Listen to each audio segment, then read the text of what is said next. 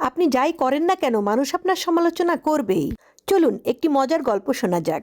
একবার এক ভদ্রলোক এবং তার স্ত্রী তাদের পোষা গাধাটিকে নিয়ে কোনো একটি জায়গায় হেঁটে হেঁটে যাচ্ছিলেন। মানুষজন তাদেরকে দেখে বললেন, দেখো দেখো, কি বোকা লোক! তাদের কাছে গাধা থাকার পরেও তারা দুজনই হেঁটে হেঁটে যাচ্ছে। এদের মাথায় কোনো বুদ্ধি নেই। গাধার কাজই তো তাদেরকে বহন করা, তাহলে তারা গাধাটিকে হাঁটিয়ে নিজেরা কেন হেঁটে হেঁটে যাচ্ছে? তারা তো চাইলেই গাধার পিঠে উঠে যেতে পারে। কথাটি শুনে ভদ্রলোক বেশ লজ্জায় পড়ে গেলেন। লজ্জায় পড়ে তিনি এবং তার স্ত্রী দুজনই এবার গাধার পিঠে চড়ে যেতে লাগলেন। তখন চারপাশ থেকে আবার মানুষ দেখে বলল, দেখো, লোকগুলো কি নির্দয়! তারা দুজনে মিলে এই ছোট গাধাটির পিঠে চড়ে উঠেছে। গাধাটির কথা তারা একবারও চিন্তা করলো না।